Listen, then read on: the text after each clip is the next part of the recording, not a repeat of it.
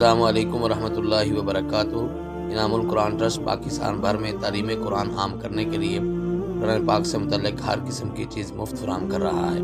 اللہ پاک قبول و منظور فرمائے، آمین ثم آمین۔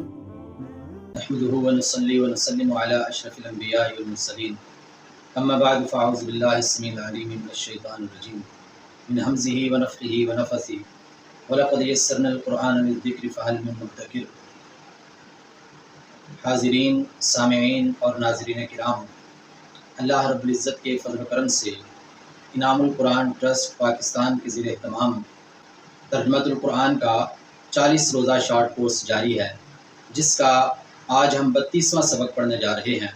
ہمارے سبق کی ترتیب میں سب سے پہلے 2 حروف آتے ہیں، تو آج کا پہلا حرف ہے کلتا۔ کلا اور کلتا دونوں کا معنی ہے 2، اور کلا مذکر کے لیے اور کلتا مؤنث کے لیے استعمال ہوتا ہے۔ ارشاد باری تعالی ہے کلتا الجنتین آتت اکلہا، کہ وہ دونوں باغ ان کا پھل بڑے اچھے طریقے سے آتا تھا۔ اور دوسرا حرف ہے لیتا۔ لیتا کا مطلب ہے کاش۔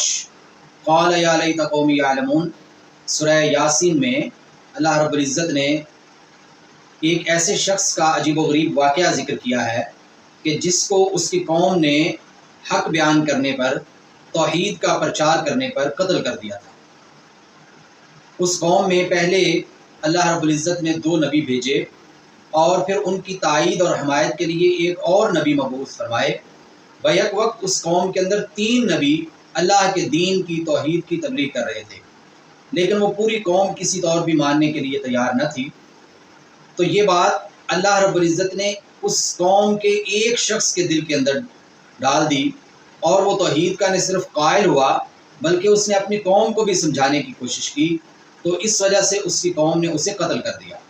لیکن وہ اپنی قوم کا اتنا بڑا خیر خواہ تھا کہ وہی قوم کہ جس نے اسے قتل کیا تھا، جب یہ شخص اللہ کا یہ ولی قتل ہونے کے بعد، شہید ہونے کے بعد جنت میں پہنچا، تو وہاں پہ سب سے پہلے اس کی زبان سے یہ بات نکلی، قال یا لیت قومی یعلمون۔ وہ کہنے لگا کہ ہائے کاش میری قوم جان لیتی کہ میرے رب نے میرے ساتھ کتنا اچھا سلوک کیا ہے۔ یعنی ان کو یہ پتہ چلتا کہ مرنے کے بعد واقعتاً حساب کتاب کے اور اسی طرح جزا و سزا کے معاملات موجود ہیں، اور یہ انبیاء جس چیز کی تبلیغ کر رہے ہیں یہ حق ہے، اور اسی حق کو ماننے کی وجہ سے اللہ نے مجھے جنت عطا کر دی ہے اور جنت کی نعمتیں عطا کر دی ہیں، اور اگر میری قوم کو یہ پتہ چل جاتا تو وہ بھی اس کا یقین کرتے۔ تو یہاں پہ لفظ ہے لیتا، جس کا مطلب ہے کاش۔ یہ آرزو، تمنا، خواہش کے اظہار کے لیے یہ لفظ عربی میں استعمال ہوتا ہے۔ اور ہمارے سبق کا دوسرا حصہ ہے اردو الفاظ۔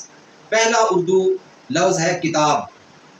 قرآن مجید میں یہ 231 بار استعمال ہوا ہے۔ ذالک الکتاب لا ریب فیہ، سورہ بقرہ کا آغاز ہی ہو رہا ہے، دوسری آیت ہے کہ کتاب جس کے اندر کوئی شک نہیں ہے، یہ وہ کتاب ہے، یہ قرآن مجید وہ کتاب ہے۔ قرآن مجید وہ کتاب ہے کہ جس کے اندر کوئی شک نہیں ہے۔ یہاں پہ ایک تو یہ لفظ کتاب کی مثال ہے، لیکن ضمناً ایک بات ہمیں ذہن میں رکھ لینی چاہیے، سمجھ لینی چاہیے کہ اگر کبھی کسی کے دل میں یہ سوال پیدا ہو، یا کسی کی زبان پہ بھی یہ سوال آئے کہ قرآن یہ کہہ رہا ہے کہ اس کتاب میں کوئی شک نہیں ہے، ریب کہتے ہیں معمولی سے شک، تو شک تو ایک چھوٹا لفظ ہے، لوگ تو اس کا انکار کرتے ہیں، صرف شک نہیں کرتے بلکہ نعوذ باللہ اس کے غلط ہونے کا یقین رکھ کے اس کا انکار کرتے ہیں، اس کے ساتھ کفر کرتے ہیں۔ تو قرآن کہہ رہا ہے کہ اس میں کوئی شک نہیں ہے، تو ہمیں یہ سمجھنا چاہیے کہ اس کا معنی یہ ہے کہ اس کتاب کے حق اور سچ ہونے میں کوئی شک نہیں ہے۔ لوگ جو اس کو ماننے سے انکار کر رہے ہیں یا اس پہ شک کر رہے ہیں، وہ ان کا شک غلط ہے، وہ ان کا انکار غلط ہے۔ اور دوسرا لفظ ہے کثیر یا اکثر۔ یہ لفظ قرآن مجید میں 137 مرتبہ استعمال ہوا ہے۔ ارشاد باری تعالی ہے وَاذْكُرُوا اللَّهَ كَثِيرًا، کہ اللہ کا بہت زیادہ ذکر کرو، اللہ کو بہت زیادہ یاد کرو۔ اور ایک جگہ پہ ارشاد فرمایا وَأَكْثَرُهُمْ لَا يَعْقِلُونَ، کہ یہ جو کفار ہیں، یہ جو آخرت کے، توحید کے انکاری لوگ ہیں، ان میں سے اکثر سمجھتے ہی نہیں ہیں، اپنی عقل اپنے شعور سے کام ہی نہیں لینا چاہتے ہیں۔ اور تیسرا لفظ ہے کریم۔ کریم کا مطلب ہے کرم کرنے والا، کریم کا مطلب ہے شفقت کرنے والا، کریم کا مطلب ہے سخی۔ اور رسول کریم، رسول اکرم، یہ لفظ ہم اردو میں استعمال کرتے ہیں۔ صحابہ کرام، تو یہ جو کرام لفظ ہے یہ بھی کریم کی جمع ہے، اور قرآن مجید میں یہ لفظ 27 مرتبہ استعمال ہوا ہے۔ ارشاد باری تعالیٰ ہے وَنُدْخِلُهُمْ مُدْخَلًا كَرِيمًا۔ اللہ فرماتے ہیں کہ جو مومنین ہیں، جو متقین ہیں، جو اللہ کے پسندیدہ لوگ ہیں، اللہ فرماتے ہیں کہ ہم ان کو بڑے ہی عزت والی جگہ میں داخل کریں گے، یعنی ان کو جنت کا داخلہ عطا فرمائیں گے۔ اور چوتھا لفظ ہے مسکین، غریب، مسکین۔ قرآن کریم میں یہ لفظ 22 بار استعمال ہوا ہے۔ انما الصدقات للفقراء والمساکین۔ ارشاد باری تعالیٰ ہے کہ بے شک جو صدقات ہیں یہ فقیر کو اور مسکین کو دینے چاہیے۔ فقیر وہ ہے کہ جس کے پاس بالکل بھی کچھ نہیں ہے، اور مسکین وہ ہے کہ جس کے پاس کچھ نہ کچھ تو ہے لیکن اس کی جو بالکل بنیادی ضروریات ہیں وہ بھی اس سے پوری نہیں ہو رہی ہیں۔ حضرات گرامی، پانچواں لفظ ہے ملت، قوم، ملت۔ قرآن مجید میں یہ 15 مرتبہ استعمال ہوا ہے۔ ارشاد باری تعالیٰ ہے وَاتَّبِعْ مِلَّةَ إِبْرَاهِيمَ حَنِيفًا، کہ حضرت ابراہیم علیہ السلام جو کہ یک طرفہ تھے، یعنی کہ صرف اللہ رب العزت کی توحید کے قائل تھے، فرمایا کہ ان کی ملت کی پیروی کیجئے، ان کے طور طریقوں کی پیروی کیجئے۔ اور نظریاتی قوم کے لیے بھی، جو کسی نظریے کی بنیاد پہ کھڑی ہوئی قوم ہے، اس کے لیے بھی عربی میں ملت کا لفظ استعمال کیا جاتا ہے، اور اسی لیے ہم اردو میں ملت اسلامیہ کا لفظ استعمال کرتے ہیں۔ حضرات و حاضرین، ہمارے سبق کا تیسرا حصہ ہے عربی اسماء۔ تو آج کا پہلا عربی اسم ہے متا۔ متا کا معنی ہے کب۔ قرآن مجید میں یہ 10 بار آیا ہے، متا نصر اللہ، کہ اللہ کی مدد کب آئے گی، یعنی کہ قوموں کے اوپر، پہلی امتوں کے اوپر جو سختیاں ہوئیں ان کا تذکرہ کرتے ہوئے اللہ رب العزت ارشاد فرماتے ہیں کہ اتنی سختیاں تھیں کہ مومنین، متقین جو ہیں وہ ان آزمائشوں میں اس قدر پریشان ہوئے کہ ان میں سے کئی لوگ کہنے لگے کہ اللہ کی مدد کب آنے والی ہے۔ حضرات گرامی، دوسرا لفظ ہے انا۔ انا کا معنی ہے کہاں سے، یا اس کا معنی ہے کب۔ قرآن مجید میں یہ لفظ 27 مرتبہ استعمال ہوا ہے۔ ارشاد باری تعالیٰ ہے انا یکون لہ الملک، کہ اس کے لیے بادشاہت کیسے ہو سکتی ہے۔ اور تیسرا لفظ ہے نصر۔ نصر کا مطلب ہے مدد کرنا، اور قرآن مجید میں یہ لفظ 22 بار استعمال ہوا ہے۔ ارشاد ربانی ہے نصر من اللہ و فتح قریب، مدد اللہ کی طرف سے ہے اور فتح قریب آنے والی ہے۔ یہ ہر مومن، متقی، پرہیزگار، سچے مسلمان کا یہی نظریہ اور عقیدہ ہے۔ حضرات گرامی، چوتھا اسم ہے نعیم۔ نعیم کا مطلب ہے نعمتیں عطا کرنے والا یا نعمتوں والا، یا وہ چیز جس کے اندر بہت زیادہ نعمتیں ہوں۔ قرآن مجید میں یہ لفظ 17 بار استعمال ہوا ہے۔ ارشاد باری تعالیٰ ہے ان الابرار لفی نعیم، کہ بے شک نیک لوگ نعمتوں والی جنت میں ہوں گے۔ اور آج کا پانچواں اور آخری عربی اسم ہے امین۔ قرآن مجید میں یہ لفظ 14 مرتبہ استعمال ہوا ہے، انی لکم رسول امین۔ بہت سے انبیاء کا ذکر کرتے ہوئے اللہ رب العزت ان کے واقعات بیان کرتے ہوئے ارشاد فرماتے ہیں کہ جب وہ اپنی قوم کو تبلیغ کرتے تھے تو اس وقت وہ یہ بھی کہتے تھے کہ بے شک میں تمہارے لیے ایک رسول ہوں، ایک نبی ہوں، اللہ کی طرف سے بھیجا گیا ہوں، اور میں بہت امانت دار ہوں۔ اور یہ ایک بنیادی شرط ہے، بنیادی نقطہ ہے کہ جب کوئی شخص امانت دار ہوتا ہے تو پھر وہ ڈنکے کی چوٹ پہ بات کر سکتا ہے، پھر وہ ہر طرح کے خوف اور ہر طرح کے لالچ سے ماورا ہو کے بات کر سکتا ہے۔ اور ہر نبی جو ہے وہ امین تھے، امانت دار تھے، اور وہ اس بات کا کھل کر اظہار بھی کرتے تھے کہ دیکھو ہماری سابقہ زندگی کو دیکھو کہ ہم کتنے امانت دار رہے ہیں۔ تو جب ہم دنیا کے معاملات میں امانت دار ہیں تو نعوذ باللہ کیا اللہ کے بارے میں ہم کوئی ایسی ویسی بات کریں گے۔